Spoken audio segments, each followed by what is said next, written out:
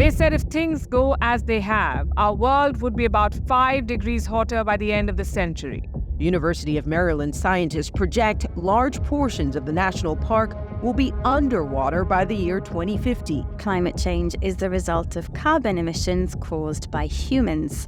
There is a new climate disaster every day, and as depressing as it is, this is our new normal. But hope is not lost, thanks to an unprecedented number of people working to combat climate change. Over billions of dollars spent, more than 95 million displaced. This was the cost of climate change in 2022. And in the past 50 years, more than 2 million people have lost their lives directly or indirectly due to climate change. Since mid-2023, we have seen these stories in the mainstream media. It's either floods caused due to heavy rains or wildfires caused due to heat waves. And every year, climate change is taking a toll on economy. And this number, by the way, doesn't even have the exact figures on the loss of human lives, biodiversity, culture, or identity. So this number that we showed you in the beginning is barely a ballpark of what climate change is costing the world. But what are these numbers influenced by? In this video, we will look at climate fury across the globe. How much is it costing the world? What is the world trying to do to reverse climate change? Right now, we don't have any laws that holds the carbon in the ground. We don't have any laws that long-term protect us against the self-destructing greed that we have let in full control over the world. The world needs to implement concrete strategies to reverse the adverse effects of climate change. And I'm not saying this. It has been said by climate scientists, several published studies, and even by governments of many countries. Between 1998 and 2017, more than 160,000 people have died due to heat wave. And between 1980 and 2000, heat waves in 32 European countries has cost them $71 billion, which, to put in perspective, is equal to the 2022 GDP of Croatia, Ecuador, and Syria combined. And in the beginning of this video, you saw the grave danger that people across the globe are dealing with. These disasters cause governments to restore the infrastructure, provide aid to those who lost their homes, and education that hundreds of children are losing out on. In 2022, climate change and disasters have costed the United States more than $165 billion. This was US's third most costliest year on record. In 2022, the World Economic Forum said that unchecked climate change could cost the global economy $178 trillion in the next 50 years. And what we have told you so far is about managing the disasters that have occurred. The world also needs to adapt to climate change. And this again is not a small price to pay. India alone will take 85.6 lakh crore rupees to adapt to climate change by 2030, which is about $100,000. And at numerous world forums, climate activists have vouched for climate change and demanded authorities for action. This was back in 2018. Countries across the world are now taking actions to reverse climate change and coming together to discuss how to tackle the issue at hand. It has been proposed at several times at forums that richer countries should pay up for climate change.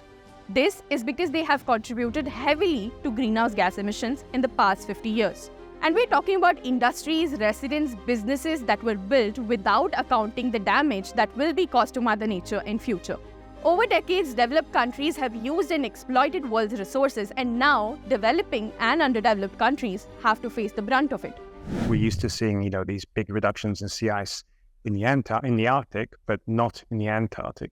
It's around about 5 standard deviations for the mathematicians around here, below what we would expect or we have seen in the past.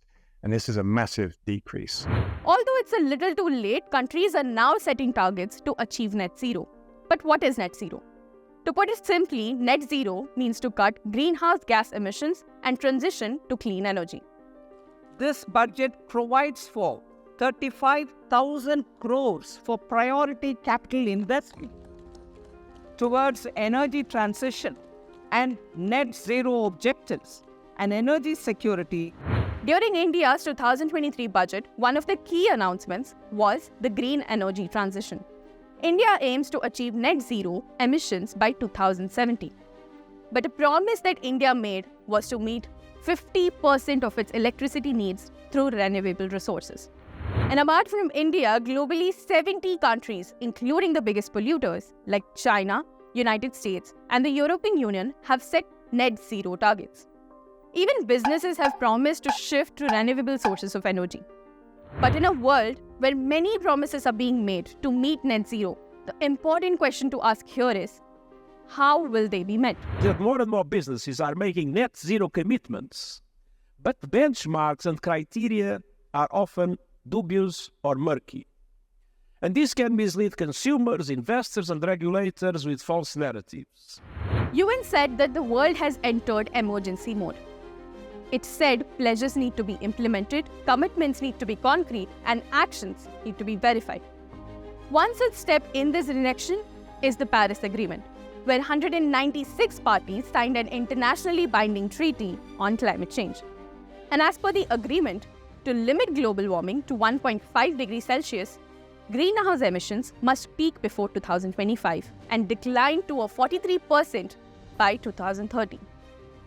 To meet these targets, Paris Agreement provides framework aided towards financial, technical, and capacity building.